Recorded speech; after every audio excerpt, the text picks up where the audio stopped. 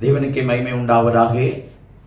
தேவனுடைய பெரிதான இரக்கத்தினாலும் மிகுந்த கிருபையினாலும் எல்லையில்லாத அன்பினாலும் தேவன் தாமே நம்ம இந்த ஆண்டு தொடங்கி இது 7வது மாதம் முடிகிற வரைக்கும் காத்த தெய்வம் தொடர்ந்து எபேனேசராய் இம்மானுவேலராய் இருந்து நடத்த அவர் இன்றைக்கும் அவர் வல்லவராய் இருக்கிறார். அவருக்கே துதியும் கனமும் மகிமையும் என்னென்றைக்கு உண்டாவதாக. அல்லேலூயா. அவருடைய பிரசன்னத்தில் இந்த காலவேளையில் வந்திருக்கிற உங்கள் யாவரையும் ஆன்லைன் மூலமாய் கேட்க இருக்கிற தேவனுடைய பிள்ளைகளையும் இந்த 8வது மாதத்தின் முதல் நாளிலே வாழ்த்துவதில் இயேசுவின் இன்ப நாமத்தினாலே நான் சந்தோஷப்படுகிறேன். அல்லேலூயா. இந்த மாதத்தினுடைய வாக்காக எசேக்கியேல் தீர்க்கதரிசன புத்தகம் 36ஆம் அதிகாரம் 7ஆம் வசனத்தை வாசிக்கும்படி அன்பாய் கேட்கிறேன். ஆதலால் கர்த்தராகிய ஆண்டவராயிருக்கிற நான் என் கரத்தை உயர்த்துவேன், உங்களை சுற்றிலும் இருக்கிற புறஜாதிகள் தங்களுடைய அவமானத்தை நிச்சயமாய் சுமப்பார்கள் என்று சொல்லுகிறேன். இங்கே எசேக்கியேல் தீர்க்கதரிசி மூலமாக தேவன் தீர்க்க தரிசனமாய் சொல்லுகிற ஒரு வாக்குதான் இது, ஒரு வசனம்தான். என்ன சொல்லுகிறார்? கர்த்தராகிய ஆண்டவராய் இருக்கிற நான் என் கரத்தை உயர்த்துவேன். ஆண்டவருடைய கரம் எந்த இடத்திலெல்லாம் உயர்த்தப்பட்டதோ அல்லது ஆண்டவர் தமது கரத்தை எந்த இடத்திலெல்லாம் உயர்த்தினாரோ அந்த இடத்திலெல்லாம் நடந்த சம்பவங்கள் அதிர்ச்சியான சம்பவங்களாக இருக்கலாம், ஆச்சரியமான சம்பவங்களாகவும் இருக்கும். அல்லேலூயா. ஆகவே இன்றைக்கு ஆண்டவர் சொல்லுகிறார், நான் என் கரத்தை உயர்த்துவேன். நான் என் கரத்தை இஸ்ரவேல் ஜனங்கள் மேலே உயர்த்துவேன். மோசே தன்னுடைய கரத்தை செங்கடலுக்கு நேராக உயர்த்தின போது அவர்களுக்கு தடையாயிருந்த அவருடைய பிரயாணத்திற்கு வழி தெரியாமல் தடுமாறி கொண்டிருந்த நேரத்திலே, கலங்கி நின்ற நேரத்திலே, மிகவும் நெருக்கமான நேரத்திலே, முன்னாடி செங்கடல், பின்னாடி பார்வோனும் சேனைகளும் துரத்தி வருகிறது. ஒரு பக்கம் மலை, ஒரு பக்கம் மணல். எந்த பக்கம் போகிறது? நிர்பந்தமான நிலைமை, மிகவும் ஒடுக்கப்பட்ட நெருக்கமான நிலைமை. இந்த நிலைமையில தான் ஜனங்கள் அவங்களுடைய முடிவு இன்றைக்கு தான் என்று நினைத்தார்கள். இனி நாம் தப்பிக்க முடியாது. இப்படி கப்பல் பிரயாணத்திலே, பவுலுடைய பிரயாணத்திலே என்ன நடந்தது? இனி தப்பி பிழைப்போம் என்ற நம்பிக்கை முற்றிலும் அற்று போயிற்று. 14 நாட்களாக சூரியனும் பார்க்க முடியவில்லை, நட்சத்திரங்களை பார்க்க முடியவில்லை. மரண பயம், திகில் அவர்களை சூழ்ந்து கொண்டது. அந்த நேரத்தில் தான் சொல்றாங்க, இனி தப்பி பிழைப்போம் என்ற நம்பிக்கை எங்களுக்கு அற்று போயிற்று. They gave up all hope of being escaped. தப்பி பிழைப்போம், இனி வாழ முடியாது, இனி நமக்கு வீடு போய் சேருவதற்கு சாதகமான சூழ்நிலை இல்லை. என்ன செய்வது? ஐயோ, என்ன செய்ய போகிறோம்? ஆண்டவர் இயேசு அங்கே பவுலிடத்தில் பேசுகிறார். உன் நிமித்தம் உன்னையும் உன்னோடு கூட பிரயாணிக்கிற ஜனங்களையும் நான் காக்கப் போகிறேன். அல்லேலூயா. பயப்படாதே, பயப்படாதே. என்னுடைய பிள்ளைகளே, ஆபத்து வருகிற நேரத்தில் மாத்திரம் இல்லை, எப்பொழுதும் நான் உன்னோடு கூட இருக்கிறேன். என்னுடைய கரம் உன்னை தாங்கி நிற்கிறது. இந்த வார்த்தை என்ன அழகா இருக்கு. நான் என் கரத்தை உயர்த்துவேன். அங்கே மோசே தன்னுடைய கரத்தை உயர்த்தினான். செங்கடல் 2ஆக பிரிந்து நின்றது. பிரிந்தது மாத்திரம் அல்ல, பிரிந்து மதில் சுவர் போல நின்றதுங்க. அது மிகப்பெரிய அற்புதம். பிரிந்தது மாத்திரம் இல்லை, பிரிந்த பிறகு தண்ணீர் எப்படி நின்றுச்சு? மதிலை போல நின்றது. மதிலை போல நின்றதுங்க. எது வரைக்கும்?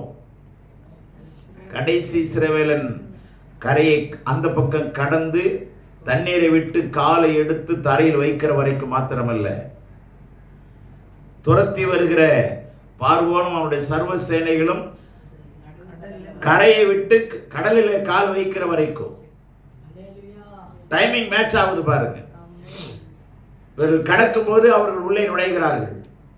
மொத்தமும் உள்ளே நுழைந்தார்கள். அவர்கள் மொத்த பேரும் வெளியே கடந்து வந்தார்கள். தண்ணீர் ரெண்டாக இருந்த தண்ணி என்னாச்சு?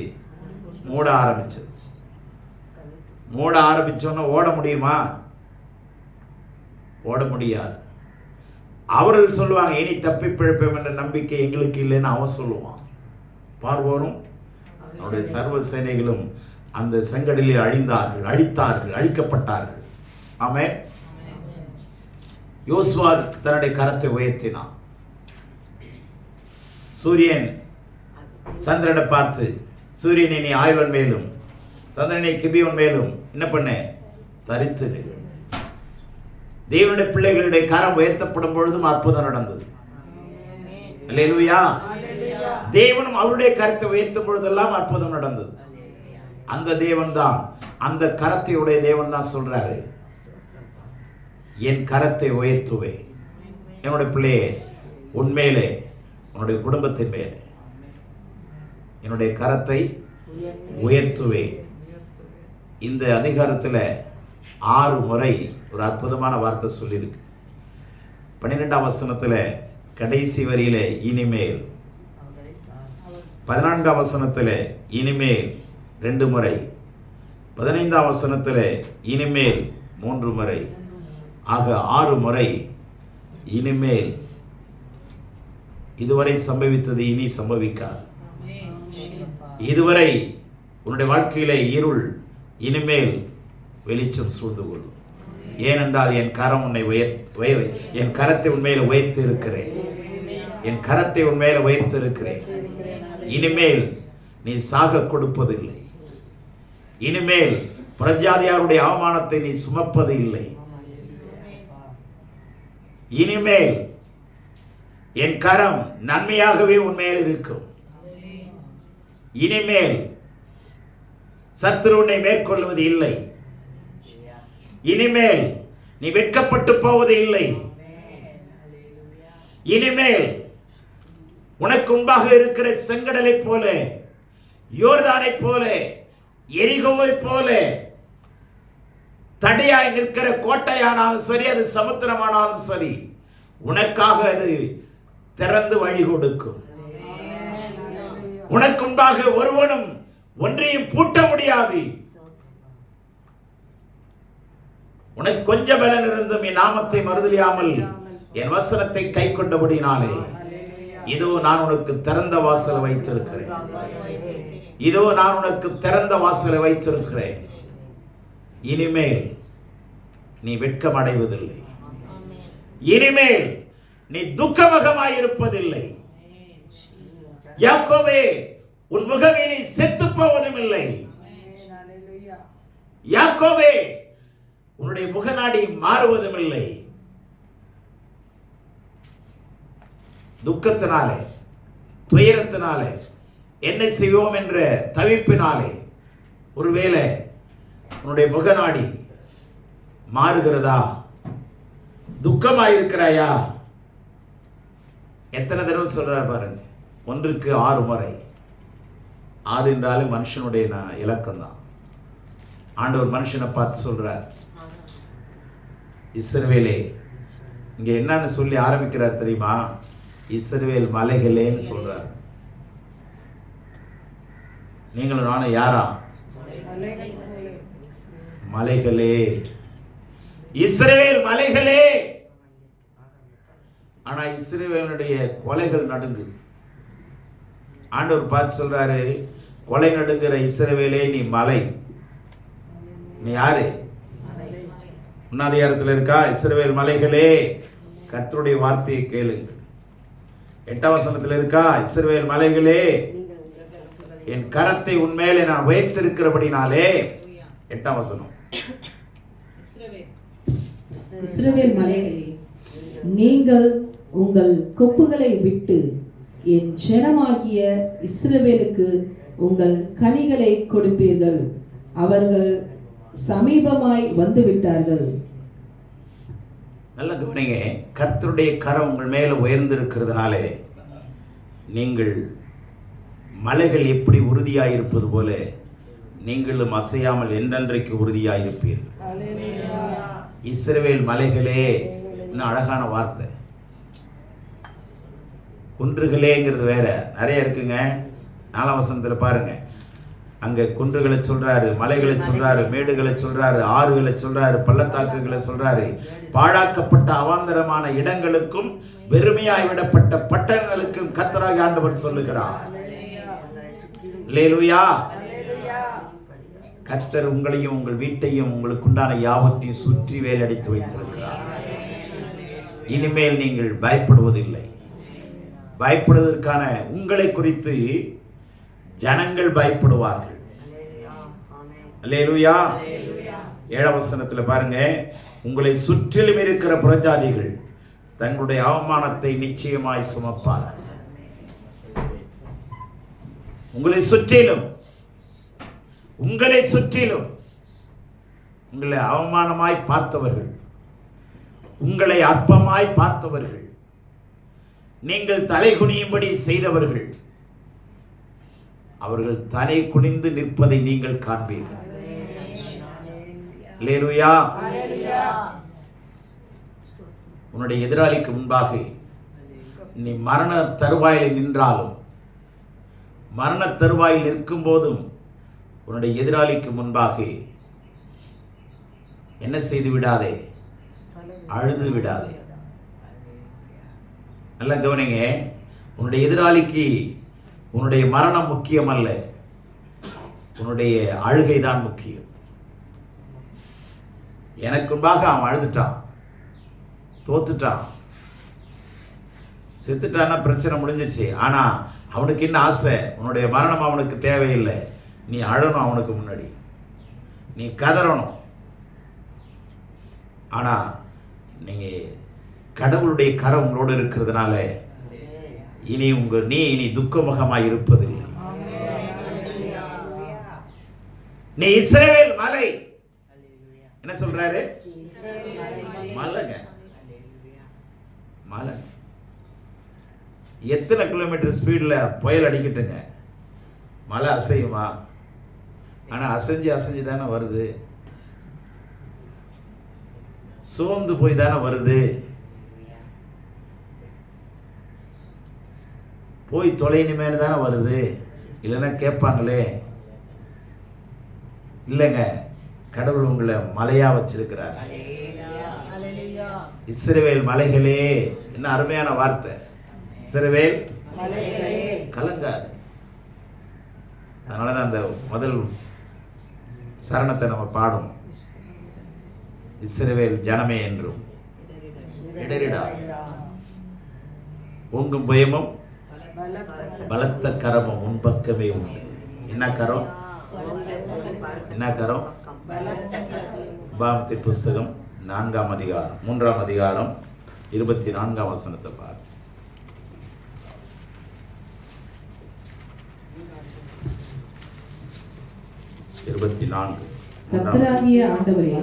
கர்த்தராகிய ஆண்டவரே, நீர் உமது அடியேனுக்கு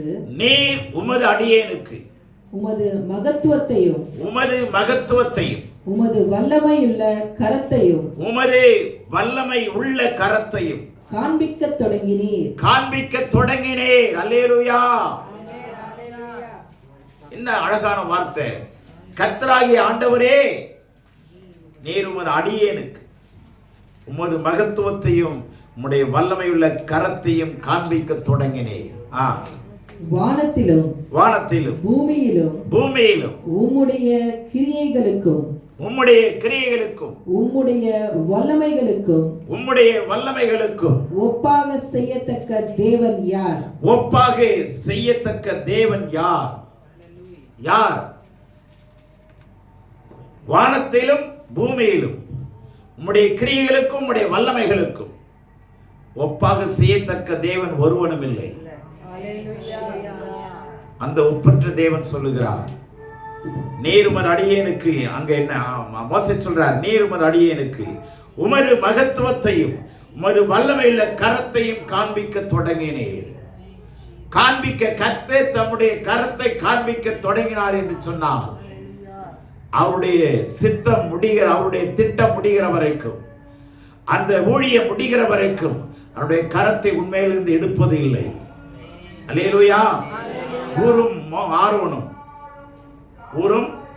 ஆரோனும் மோசேயுடைய கரத்தை மலை மேல கொண்டு போய் அவருடைய மோசேயுடைய கரத்தை என்ன பண்ணிட்டே இருந்தாங்களா?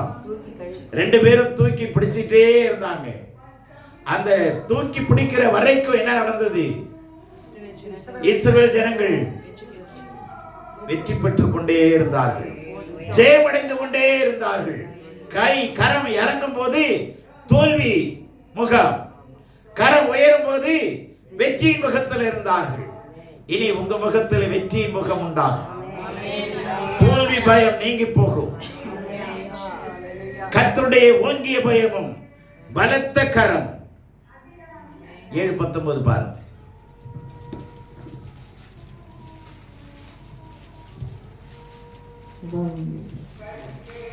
உன் கண்கள் கண்ட பெரிய சோதனைகளையும் அடையாளங்களையும் அற்புதங்களையும் உன் தேவனாகிய கர்த்தர் உன்னை புறப்பட பண்ணி காண்பித்த பலத்த கையையும் ஓங்கிய புயத்தையும் நன்றாய் நினைத்து அவர்களுக்கு பயப்படாதிரு.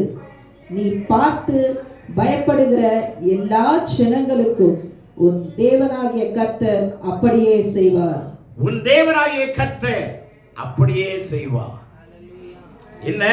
நீ உன் கண் கண்ட பெரிய சோதனைகளை, இதுவரை பார்த்திராத சோதனைகள் எதுவா இருந்தாலும் சரி, அடையாளங்களையும் அற்புதங்களையும் உன் தேவனாகிய கர்த்தர் உன்னை புறப்பட பண்ணி காண்பித்த பலத்த கை, ஓங்கிய பயம், பலத்த கரமும் ஓங்கிய பயம். கர்த்தருடைய கரம் தாவீதின் மேல் இருந்தது.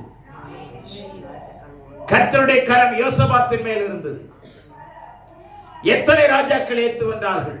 3 ராஜாக்கள் ஒரே நாளில் வந்துட்டான். என்ன பண்றதுனே தெரியல, தேய்த்து போனார்கள். ஆண்டவர் அந்த இடத்துல யோசபாத் பக்கமாய் நின்று அவருடைய கரத்தை உயர்த்தினதினாலே எளிதாய் ஜெயித்தார்கள்.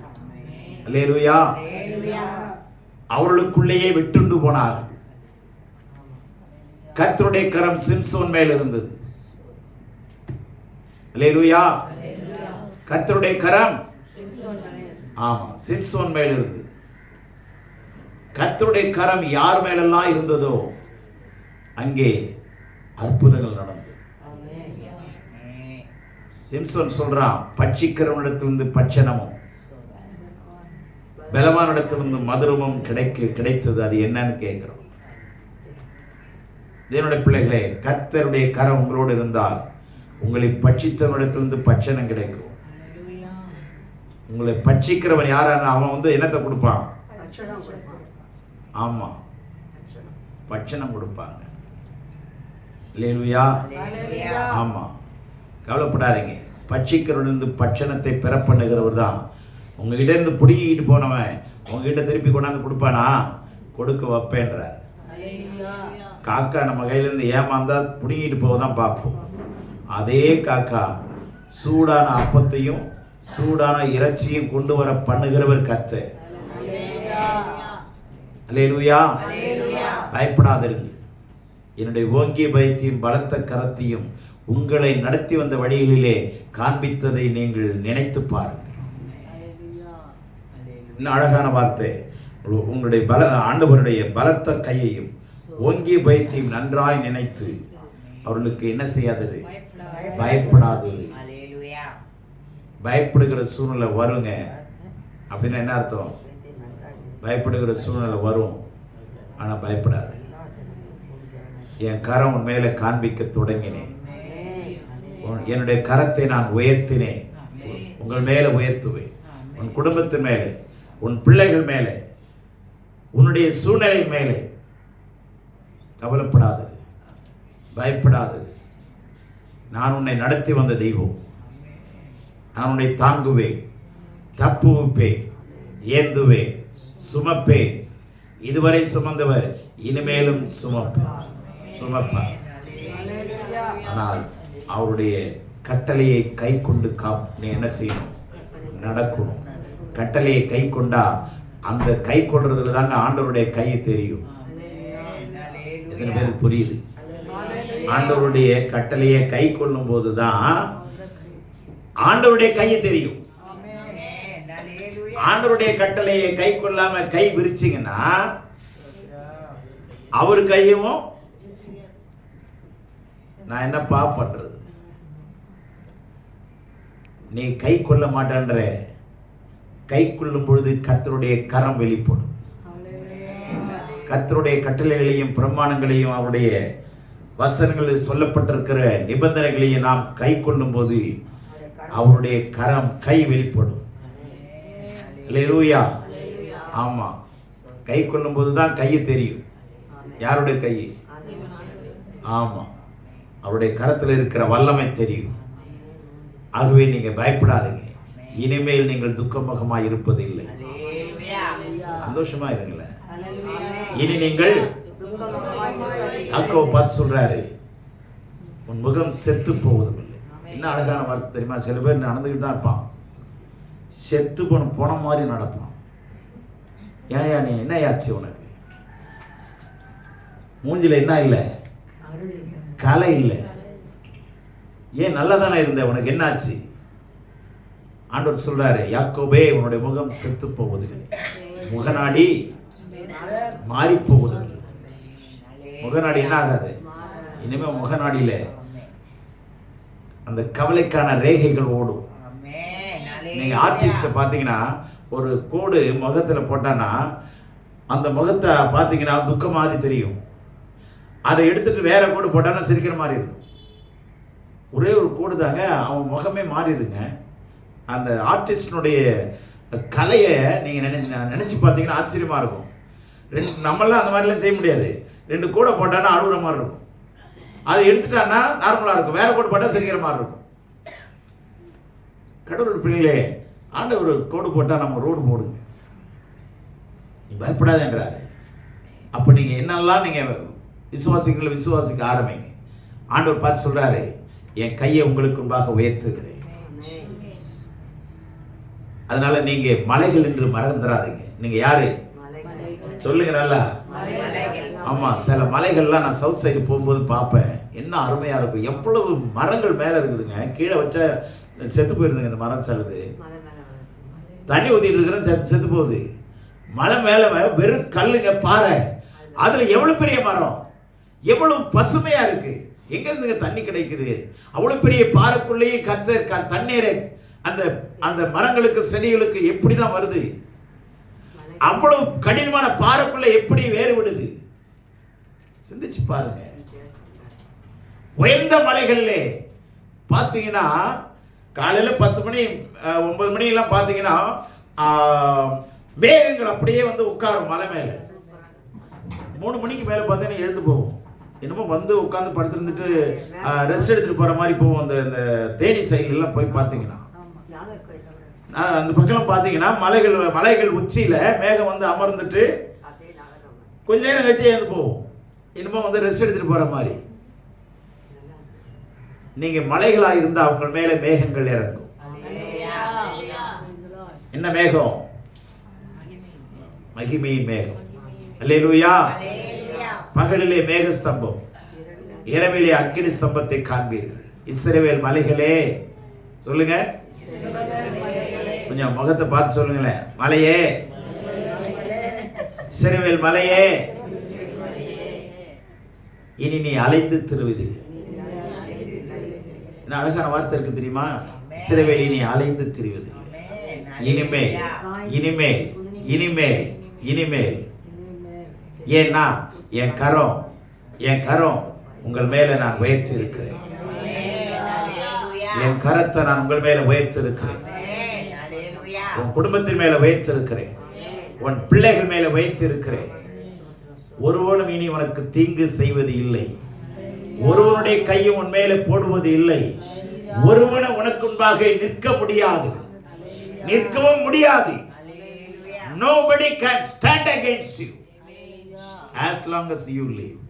நீ உயிரோடு இருக்க நாள் வரைக்கும் ஒருவனுக்கு முன்பாக எதிர்த்து நிற்பது இல்லை. அது மாத்திரமல்ல, ஒரு ஆயுதமும் உனக்கு விரோதமாய் வாய்க்காது. ஒரு ஆயுதம் உனக்கு முன்பாக உருவாக்கப்படும் எந்த ஆயுதமும், ஏன்னா என் கரம் உன் மேலே உயர்ந்து இருக்கிறது. 11:2 படி. உங்கள் தேவனாகிய கர்த்தர் செய்த சிட்சையையும் அவருடைய மகத்துவத்தையும் அவருடைய பலத்த கையையும் அவருடைய ஓங்கிய புயத்தையும் கவனிங்க.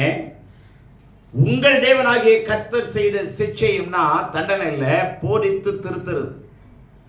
கர்த்தர் உங்களை இந்த வழியில போகாத, இதை செய்யாத, எங்களோடு நிக்காத, வேகமா ஓடு, இந்த சமூகத்தில் எங்கும் நில்லாதே, பின் திரும்பி பார்க்காதே, நான் காண்பிக்கும் மலைக்கு ஓடிப்போ சொன்னாரு. லோத்துவை பார்த்து சொன்னாரு, லோத்தே நீ எங்க போ, மலைக்கு போ.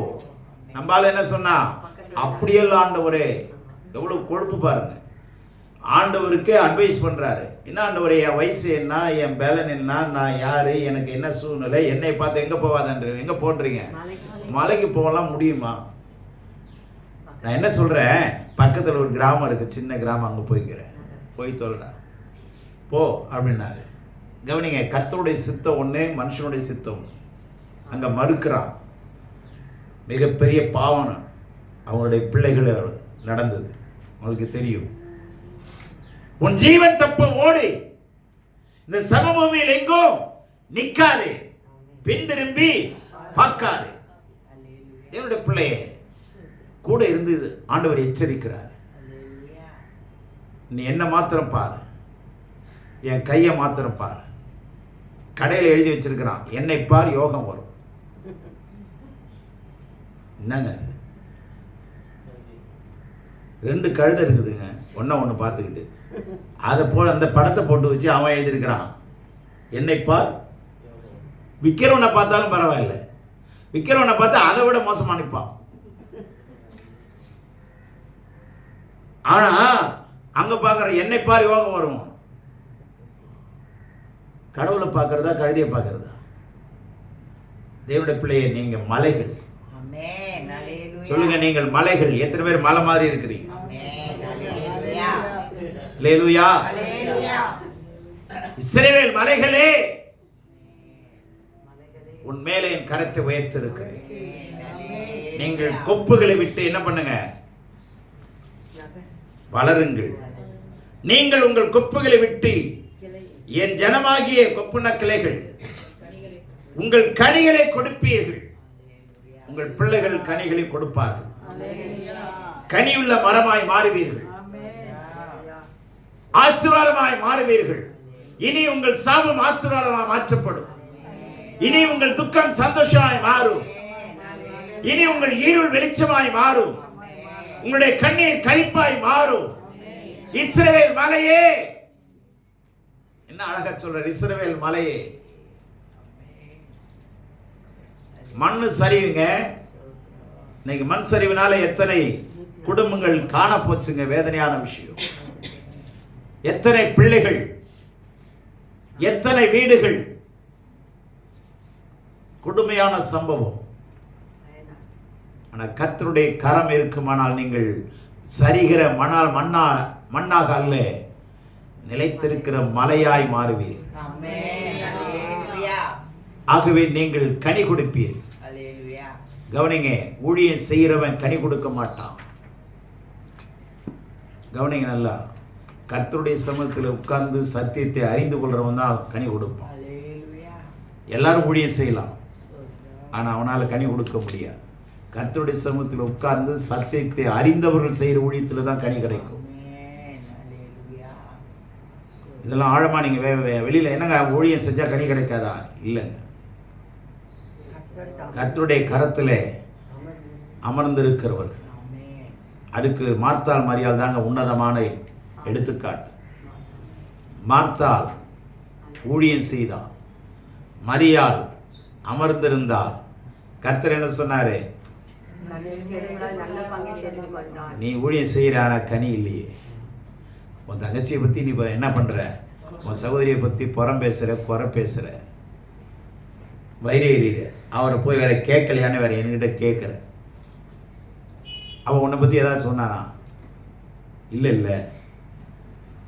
அப்போ பாருங்கள், ஊழியம் செய்கிறவன் என்ன பண்ணிக்கிறான்? நீ வேலை தான் செய்கிற, யாருக்காக? சரி, கடவுளுக்காக காப்பி போடுறோம். சரி, நீ புரு காப்பு போடுறியோ இல்லை சன்ரைஸ் போடுறியோ போடு. ஆனால் என்ன என்ன இல்லை, நீ அவளை பற்றி குறை சொல்றிய. நான் கஷ்டப்படுற ஆண்டவர் என்ன சொன்னா பரவாயில்ல. என்ன சொன்னா?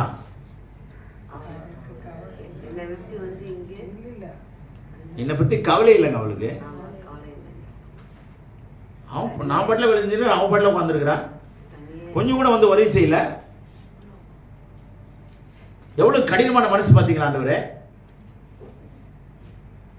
கொஞ்சம் கூட ஈவேரக்கம் இல்லாமல் உட்காந்துருக்கா பாருங்க, அசையாம உட்காந்துருக்கா மலை மாதிரி. ஆண்டவர் சொன்னாரு, மாடி நீயோ அநேக காரியங்களை குறித்து கவலைப்பட்டு. என்ன அருமையான பிள்ளை நீ. இயேசு வீட்டுக்குள்ளே இருக்கும்போது இந்த பிரச்சனை நடக்குது. வீட்டுக்குள்ளே இல்லைன்னா என்ன கதி ஆகும்? வீட்டுக்குள்ளே இருக்கிற இயேசுடைய பிரசன்னத்திலே இப்படி நடக்க முடியுதுன்னா, ஆண்டவர் ஜஸ்ட் அப்படி வீட்டை விட்டு வெளியே போனால் என்ன கதி ஆகும்? அங்கே ஒரு சின்ன விஷயம் தாங்க.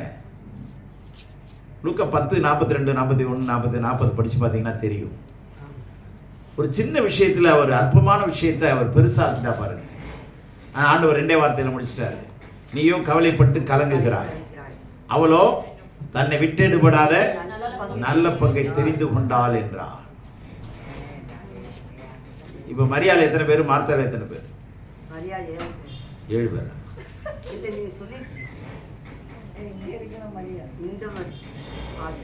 நான் இங்க இருக்கிற மரியாதை தான் கேட்டேன்.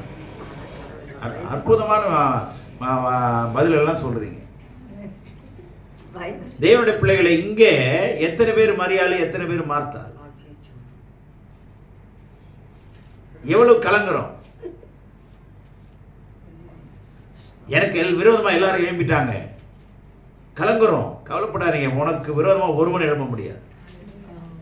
உங்களை அழ வைக்கவே முடியாது. இனிமே உங்களை பார்க்கறவன் அழுவான். இவ்வளவு பெரிய மலையை தொட்டுட்டுமே, இவ்வளவு பெரிய சொல்லுங்க, இது மலைன்னு தெரியலங்க, மடுன்னு நினைச்சிட்டு இருந்தேன். இப்பதான் தெரியுது இது யார் இது. ஏன்னா இதுக்கு மேல கடவுளுடைய கரம் இருக்கு. இது மலையானது எனக்கே தெரியல. இது மலை, தொட்டு பாருங்க. அல்லேலூயா. ஆமா. ஆகவே இதுக்கு கீழே 9, 10, 11 வாசிச்சுட்டு முடிங்க பார்க்கலாம். இதோ நான் உங்கள் பட்சத்திலிருந்து உங்களை கண்ணோக்குவேன், நீங்கள் எசேக்கியேல் 36:9. நான் உங்கள் பட்சத்திலிருந்து உங்களை கண்ணோக்குவேன். 1. 2வது, நீங்கள் பண்படுத்தப்பட்டு விதைக்கப்படுவீர்கள். பண்படுத்தப்படுவீர்கள். 2. 3வது, விதைக்கப்படுவீர்கள். நான் உங்கள் மேல் இஸ்ரவேல் வம்சமாகிய மனுஷர் யாவரையும் வர்த்திக்க பண்ணுவேன். 4வது, பட்டணங்கள் குடியேற்றப்படும். 5வது, அவாந்திரமான ஸ்தலங்கள் கட்டப்படும். 6. அப்படியே வாசிங்கன்னா 11 வேணாம். அதுல பாத்தீங்கன்னா இன்னும் 4 விஷயங்கள் அரைச்சு வச்சிருக்காரு, எழுதி வச்சிருக்கிறார். ஆக கடவுள் உங்களை இந்த வசனத்தினுடைய நிறைவாய் ஆசீர்வதிப்பாராக. ஆமென். முடிவாக லூக்கா எழுதின சுவிசேஷம் 24ஆம் அதிகாரம் 50, 51 வாசித்து முடியும். பின்பு அவர் பெத்தானியா வரைக்கும் அவர்களை அழைத்து கொண்டு போய் தம்முடைய கைகளை உயர்த்தி அவர்களை ஆசீர்வதித்தார். அவர்களை ஆசீர்வதிக்கையில் அவர்களை விட்டு பிரிந்து பரலோகத்துக்கு எடுத்துக் கொள்ளப்பட்டார். போதும். லூக்கா 24:50-51 வசனங்கள் பழைய ஏற்பாட்டிலிருந்து இருக்கு, புதிய ஏற்பாட்டிலிருந்து கொண்டு வந்து முடிக்கணும். அல்லேலூயா. இங்க ஆண்டவரை இயேசு என்ன செய்யறாரு? சீஷர்ல பெத்தானியா வரைக்கும் அழைச்சிட்டு வராரு. கூடவே அழைச்சிட்டு வராரு. அழைச்சிட்டு வந்து தம்முடைய கைகளை உயர்த்தி அவர்களை ஆசீர்வதித்தார். ஆசீர்வதிக்கும் போது கையை உயர்த்தாம ஆசீர்வதிக்கிறது அது பேரு ஆசீர்வாதமா? நல்லா அப்படித்தானே சொல்றோம். மருமகளை என்ன பண்ண? நல்ல மருமவனே நல்லா இருமவனே, பிள்ளைங்க நல்லா இருக்கு, சரியா, நல்லா இருக்கு. இப்படி ஆண்டவர் பெத்தேனியா வரைக்கும் அழைச்சிட்டு வந்து கையை உயர்த்தி அவங்களை ஆசீர்வதிக்கையில், எல்லாரும் கையை உயர்த்துங்களேன். இப்ப கவனிங்க, நான் 2 கையை தான் உயர்த்துறேன், ஆனா எனக்கு மேல எத்தனை கை உயர்த்துது? எவ்வளவு ஆசீர்வாதம் தெரியுமா? அல்லேலூயா. அப்போ ஆசீர்வதிக்கையில் அவர்களை விட்டு பிரிந்து எடுத்துக்கொள்ளப்பட்டார். அப்ப எடுத்துக்கொள்ளப்படும் பொழுது எப்படிதான், எந்த பொசிஷனோட அவர் புறப்பட்டு இருக்கிறாரு? இப்படியே போயிருக்கிறாருங்க. எத்தனை பேர் புரியுது உங்களுக்கு? இப்படி பார்க்கல படுபாவி ஜனங்களே, மோசமான ஜனங்கப்பா. 5 பேர் 2 மீன் திரும்பிட்ட அப்படியே உட்காந்துக்கிறீங்க பாரு. கொஞ்சம் கூட உணர்வு இல்லாம இருக்க பாருன்னா சொல்லல. அழகு ஆசீர்வதிச்சு அந்த ஒரு கரத்தை உயர்த்தினபடியே, அவர் சொன்னபடியே, அவர் வாக்கு பண்ணினபடியே, ஆசீர்வதித்தபடியே, அதே என்ன சொல்றது, அதே ஆமா அதே நில அந்த கையை உயர்த்தினபடியே அந்த போஸ்டரோடு கூட போனா எப்படி இருந்திருக்குன்னு பாருங்களேன். நீங்க இதுவரைக்கும் எப்படி நினைச்சு பார்த்துருக்கீங்களா? அவர் எடுத்துக்கொள்ளப்பட்டார்னா அப்படியே போயிட்டார் நினைக்கிறோம். எப்படி ஆசீர்வதிக்கையில் நம்முடைய ஆண்டவர் உங்களை புறப்படும் போது கூட கையை உயர்த்தினபடியே தாங்க போயிருக்கிறார்.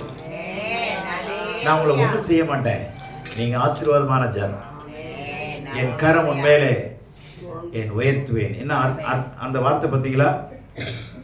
என் கரத்தை நான் உயர்த்துவேன். என்னுடைய பிள்ளையே, அந்த கரத்துக்குள்ளே அடங்கி இருக்கு, அவருடைய கரத்துக்குள்ளே அடங்கி. அவர் உங்களை உயர்த்தும் வரைக்கும் அவருடைய பலத்த கரத்துக்குள்ளே, ஏற்ற காலத்தில் உங்களை உயர்த்தும் வரைக்கும் அவருடைய பலத்த கரத்துக்குள்ளே அடங்கி இருக்கு. அவருடைய பெத்தானியா வரைக்கும் அழைச்சிட்டு போய் அவங்க மேல கைகளை உயர்த்தி, கையை 2ஐயும் உயர்த்தி மனதார சந்தோஷமா வாழ்த்தும் போதெல்லாம் அப்படிதான் மனதார வாழ்த்தி கொண்டே மறைந்தார். நம்முடைய ஆண்டவர் எவ்வளவு நல்ல தெய்வம். இந்த ஆண்டவர் தான் உங்களோடு கூட பேசுகிறார்.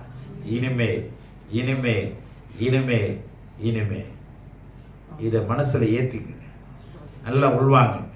எத்தனை பேர் சந்தோஷமா இருக்கிறீங்க? சந்தோஷமா இருக்கு எத்தனை பேர்? கொஞ்சம் சிரிச்சு சொல்லுங்க.